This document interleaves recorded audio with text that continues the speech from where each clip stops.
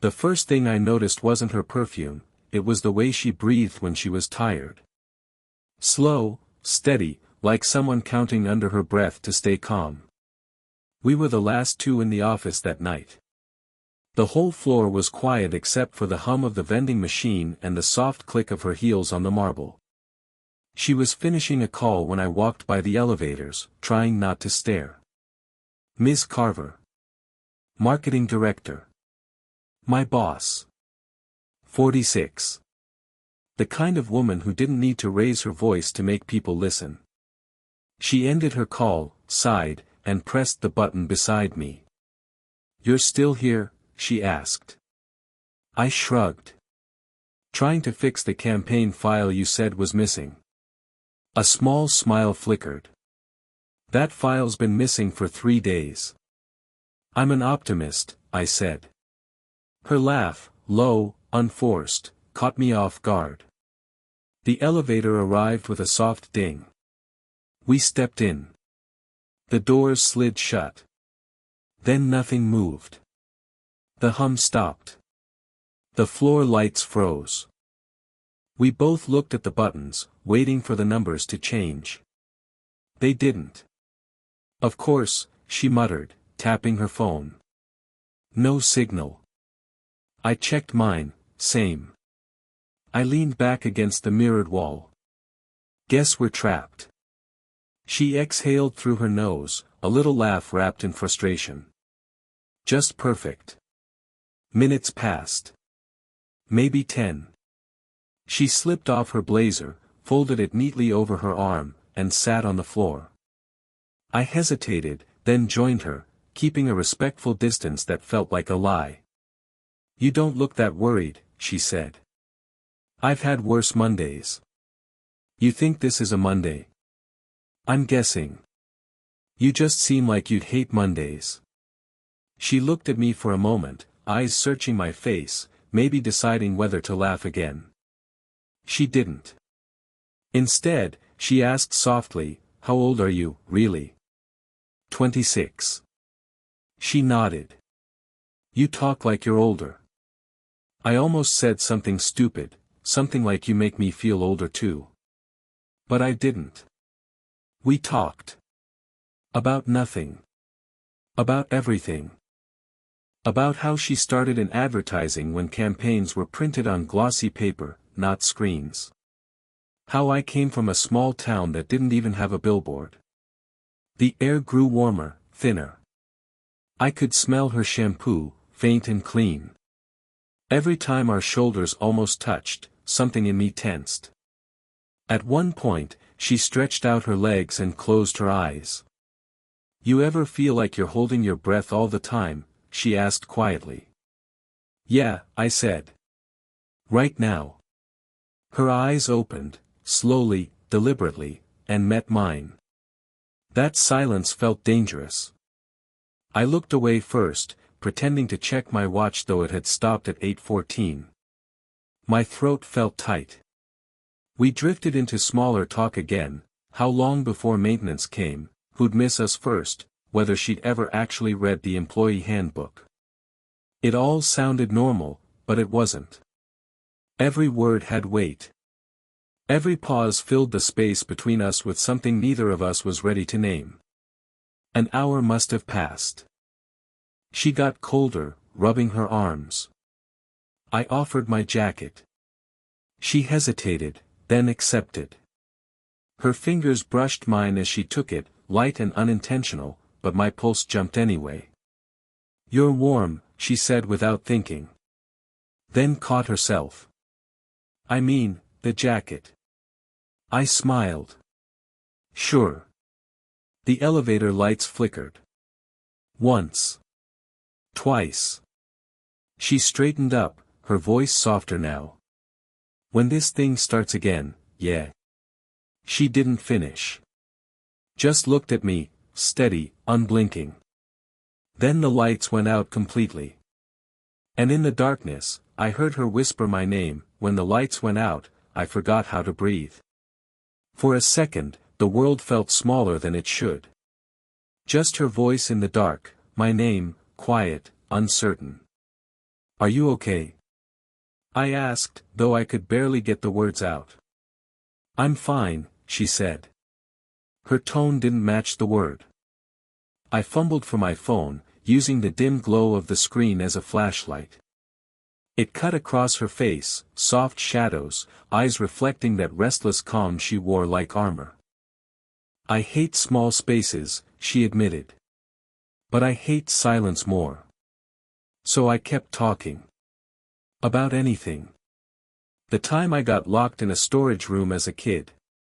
How I counted the cracks in the wall to stay sane. She laughed, not because it was funny, but because it distracted her. You always try to make people feel better, don't you? She asked.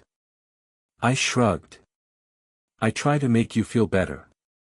She blinked at that, like she wasn't sure what to do with it. An hour in, the quiet between us felt different. Not empty, heavy.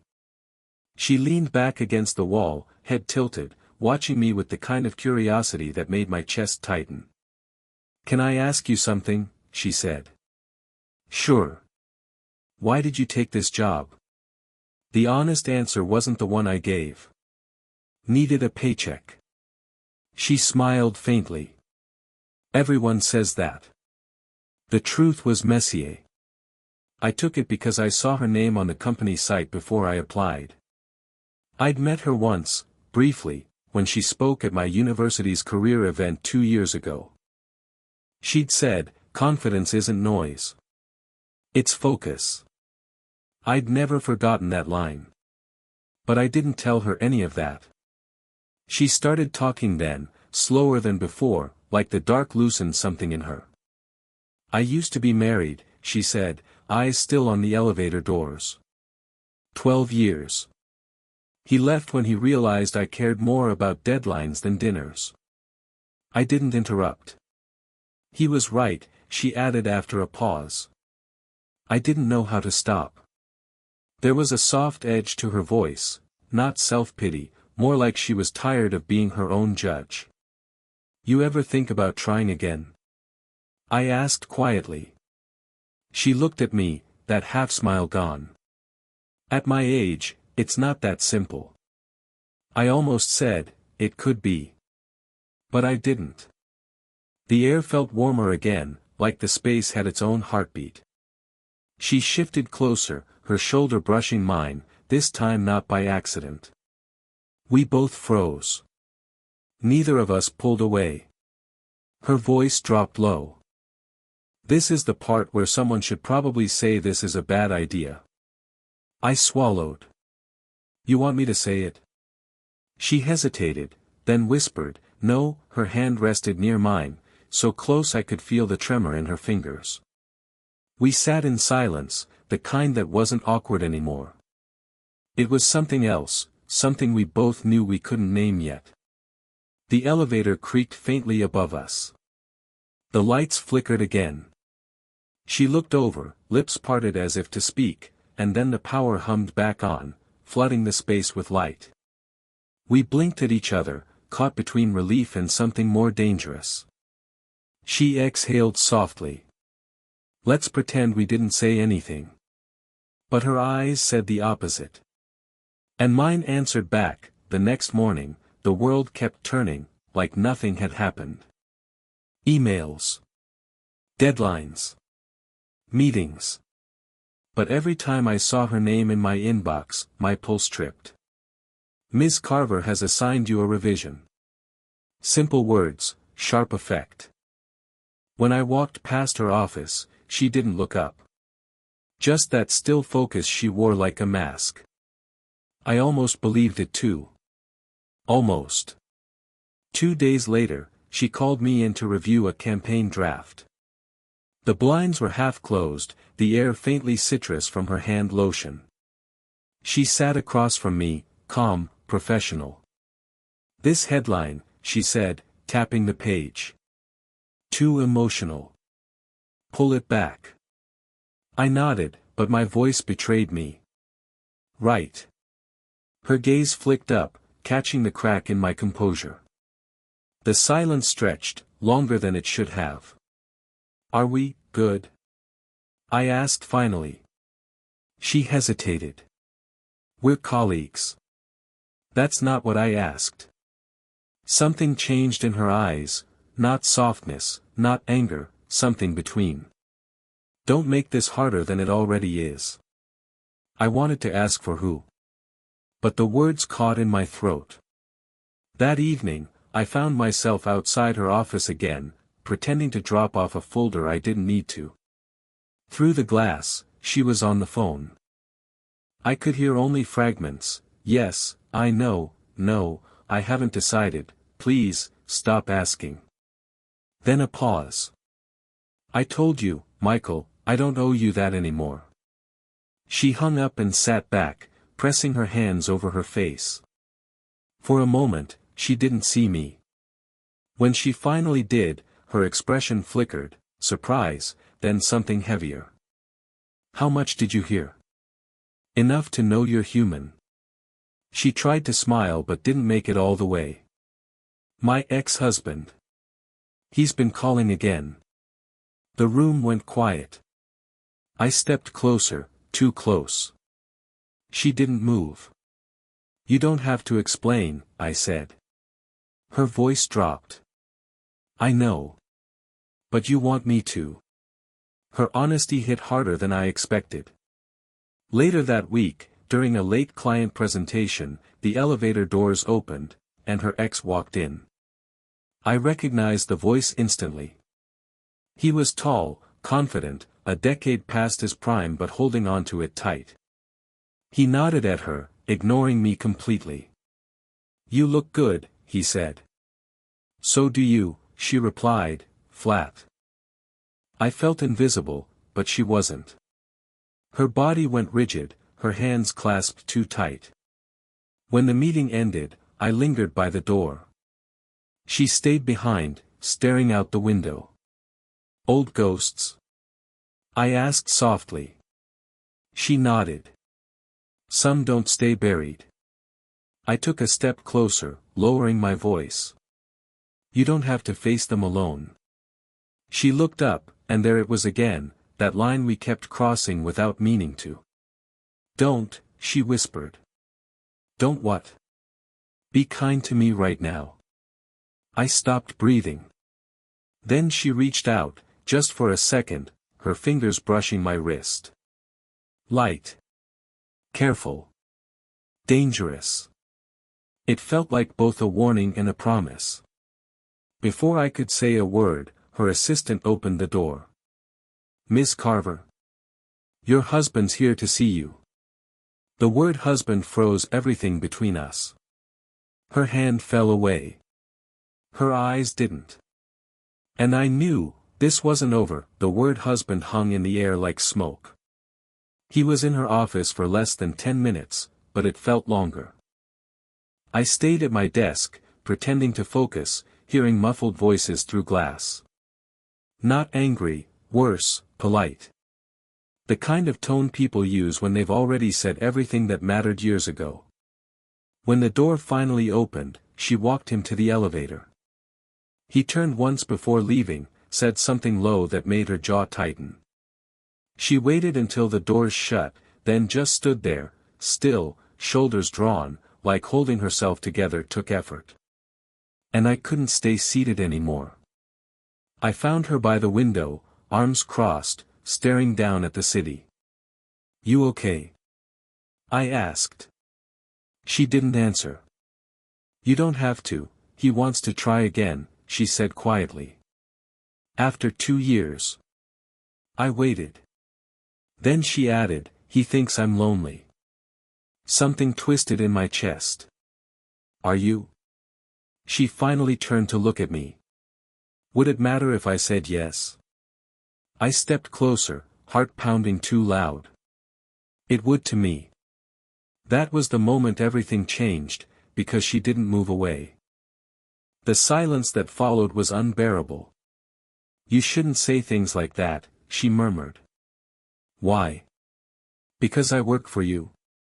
Because you don't know what you're getting into. I know exactly what I'm getting into. Her laugh came out uneven, almost fragile. You think this is some kind of movie, don't you? Young man saves the broken woman who's too old to stop. My voice came out sharper than I meant. She froze, startled. Don't talk about yourself like that, I said. You're not broken. Her eyes softened, then hardened again. You don't understand. I built walls for a reason. I've seen the cracks. That hit her. She looked away, blinking fast, biting the inside of her cheek, the first real sign she might fall apart. She moved to her desk, pretending to tidy papers that didn't need tidying. You should go home. Not until you tell me what you want. Her hands trembled, just barely. You think I haven't asked myself that? Then tell me the answer. Her lips parted, but nothing came out. Instead, she whispered, you make it hard to breathe. My pulse skipped. That's not an answer. She turned, closing the space between us in 2 slow steps. It's the only one I can give. For a second, one suspended heartbeat, we stood there, too close. The city lights reflected off the glass, painting her face in gold. I could feel the warmth of her breath, the hesitation in it. Her hand rose slightly, halfway to my face, then stopped. We can't, she said. But she didn't move back. The space between us pulsed with every word we hadn't said. I whispered, then tell me to leave. She looked at me for a long time. Too long. And just when I thought she'd speak, the office phone rang, sharp and jarring. She stepped away, breaking whatever fragile thing had been forming. Go, she said softly, not looking at me. But her voice shook. And that told me everything. The next morning, she wasn't at her desk. Her office light was off, her nameplate missing from the door. Just like that, gone. I stood there, holding my coffee, trying to process it. Her assistant caught my look. She took a leave of absence, she said. Effective immediately. Why? She didn't say. That was a lie. Or maybe just what people say when the truth is too heavy to carry. For 3 days, I couldn't focus. Every email I sent felt like a message to an empty room. I kept checking her number, rereading our last thread, polite, professional, emotion stripped out like it never existed. Then on Friday night, she called. Her name on the screen froze me. I answered before the first ring ended. Ms. Carver. Don't sound so formal, she said quietly. It's late. Her voice was steady, but softer, like distance had sanded down her edges. Why'd you leave? I asked. Because I had to, she said. For both of us. Did someone find out? A pause. Too long. Then she exhaled. Michael came by the office the next morning. He said he saw, the way you looked at me. My heart sank. He wasn't wrong, I said. No, she said, almost a whisper. He wasn't. I heard city noise on her end, cars, wind, the faint cry of a train horn. Are you okay? I asked. I don't know, she said. He offered to fix things. Said he'd tell HR if I didn't quit. My jaw clenched. He blackmailed you. Don't make it sound like a movie, she said. He's angry. And he's not entirely wrong. I crossed a line. I pressed my hand to my forehead, pacing my apartment. We didn't, it doesn't matter what we didn't do, she cut in. You think they care about almost? Silence. The truth burned between us, we'd been found out before we even fell. Then her voice changed, quieter, breaking slightly. He said he'd ruin your career too. Mine. Yes. He thinks you're the reason I never went back to him. I laughed, sharp and bitter. Guess he's right about that, too. She didn't respond. Just the faint sound of her breathing, uneven now. Where are you? I asked. Downtown. Hotel near the river. Tell me which one. I can't. You think I'm just going to let you disappear? You don't get to save me, she said. You're too young to carry someone else's wreckage. My chest tightened. Then don't be wreckage. She went quiet. When she spoke again, her tone was barely audible. I didn't lie about what I felt. Something in me cracked. Then why are you running? She whispered, because if I see you again, I won't stop myself next time. The line went dead. I stood there, phone still to my ear, city lights flickering outside my window, feeling like the ground had shifted beneath me. She'd left to protect us. Or maybe to protect herself from what we both already knew was coming. And for the first time, I didn't know which hurt more, that I didn't sleep that night. Every time I closed my eyes, I saw her standing in that elevator, calm, brave, pretending the world didn't shake beneath her feet. And the sound of her voice saying I won't stop myself next time wouldn't leave me alone. By morning, I'd made up my mind. I found the hotel. She was in the lobby when I walked in, same blazer, hair pulled back, eyes ringed with exhaustion. When she saw me, her expression went from shock to something softer, almost defeat. You shouldn't be here, she said. Then why aren't you walking away? Her lips pressed together, but she didn't move. I took a step closer, enough to see the tremor in her hands. Michael's gone, she said. He left town last night. Probably told HR everything. Then I guess we're both out of jobs, I said. She almost smiled, almost. You don't get it. This doesn't end clean. It never does. I don't need clean, I said. I just need real. She shook her head. You think this is real? It's a moment. An accident that stretched too long. Then why are you still talking to me? That stopped her. Her breath caught, shoulders lowering, as if she was finally out of excuses. You make it sound easy, she said. But I'm not the woman you think I am. I've made promises. I've broken them. I've hurt people who didn't deserve it. I stepped closer, my voice steady now. Then maybe it's time to forgive yourself. Her eyes glistened, and for a second I thought she might. But then she looked away, toward the hotel doors, the morning light spilling through them. You'll hate me one day, she whispered. Maybe, I said. But not today. She laughed under her breath, tired, shaky, real. You're too young to understand that some things don't survive daylight. I reached for her hand. She didn't pull back this time. Her fingers curled around mine, warm, hesitant. You keep saying I don't understand, I said. Then show me what I'm missing. Her eyes met mine, no mask this time, no walls.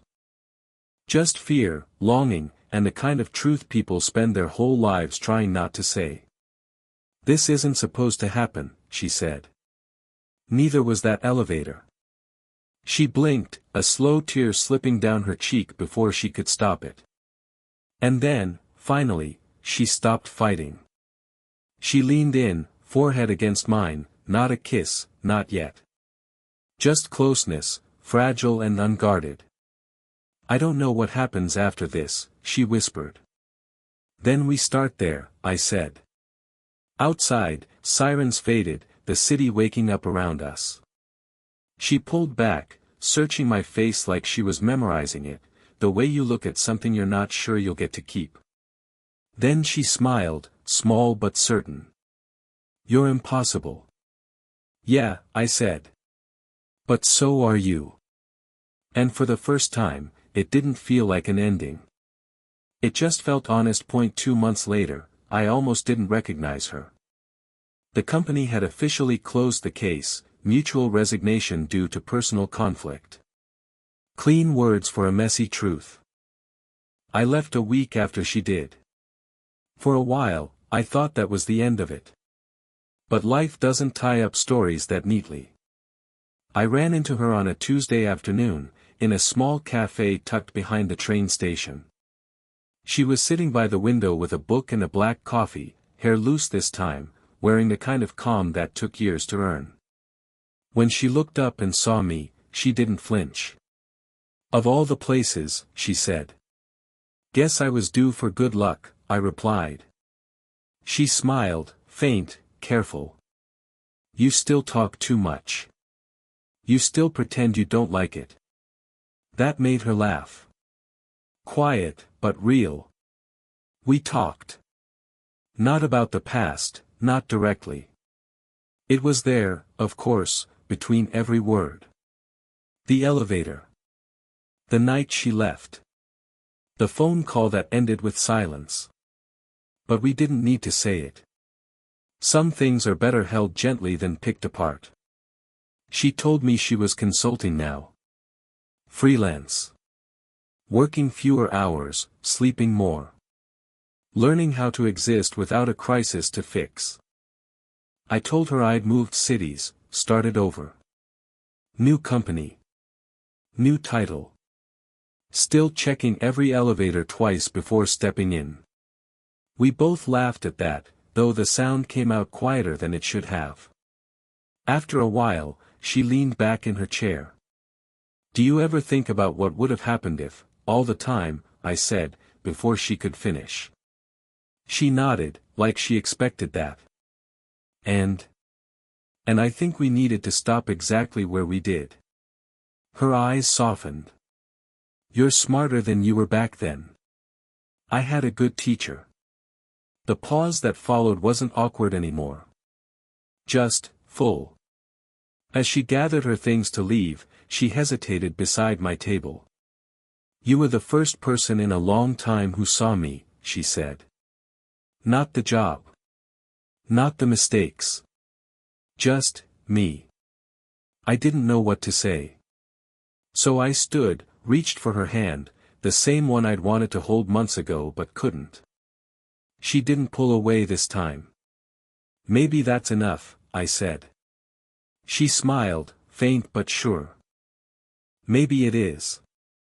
And just like that, she walked out, not dramatically, not like a movie scene. Just quietly, like someone stepping into a life that finally fit. I stayed there for a long time, watching her disappear into the crowd.